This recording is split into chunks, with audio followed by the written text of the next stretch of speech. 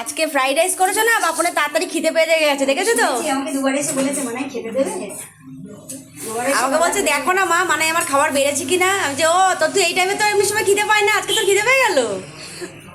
বাচ্চারা তো এসব দেখলে খেতে চায়, তুমি এটা বোঝো না, খালি হ্যাঁ করো। আজকে ভাইয়ের জন্য ফ্রাইড রাইস করেছি। দেখো আমাদের বাড়ির ফ্রাইড রাইসে গাজর আর ক্যাপসিকামটা পাবে না, কারণ দিই অনেক সময় কালারফুল হওয়ার জন্য সব, কিন্তু সব খুঁটে ফেলে দেয়, কেউ খায় না। তাই আজকে কাজু কিশমিশ দিয়েছি আর একটু পনির দিয়েছি, দিয়ে আজকে একটু ফ্রাইড রাইস করেছি, ঠিক আছে।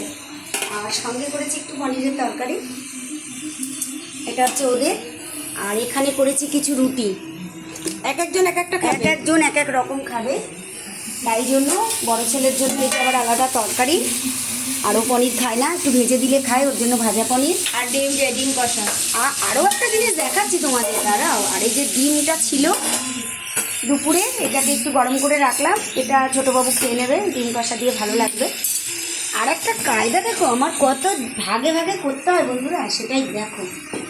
আমি মানে কি বলবো বলার, এই দেখো এখানে আবার ওই পনির ছাড়া ফ্রাইড রাইসটা, কেন ভাই আবার পনির দিলে খাবে না? আবার আমার ছোটো ছেলে আবার ওর মধ্যে পনির দিলে খাবে না, পনির আলাদা খাবে, কিন্তু মিশিয়ে দিলে খাবে না, রাইসে দিলে খাবে না। মানে কত যে আমার সমস্যা জানো না। আমি বাজার করতে গেলেও না ভাবি কি কি বাজার করবো, কে কোনটা খায়, এক একজন এক এক রকম। গিয়ে ভাবি কে কোন মাছটা খায়। মানে আমার কথা যদি আমি বলি অনেক কম বলা হবে, যাই হোক বলে লাভ নেই, এটাই জীবন আমাদের মেয়েদের, এটাই ধর্ম, যে যা ভালোবাসে করতে হয়। তো আজকে এটাই করেছি। তো এটা হচ্ছে রাতের খাবার। তো কে কেমন আছো জানিও, আর সবাই ভালো থেকো। আবার কাল সকালে তোমাদের সাথে দেখা হবে। টাটা।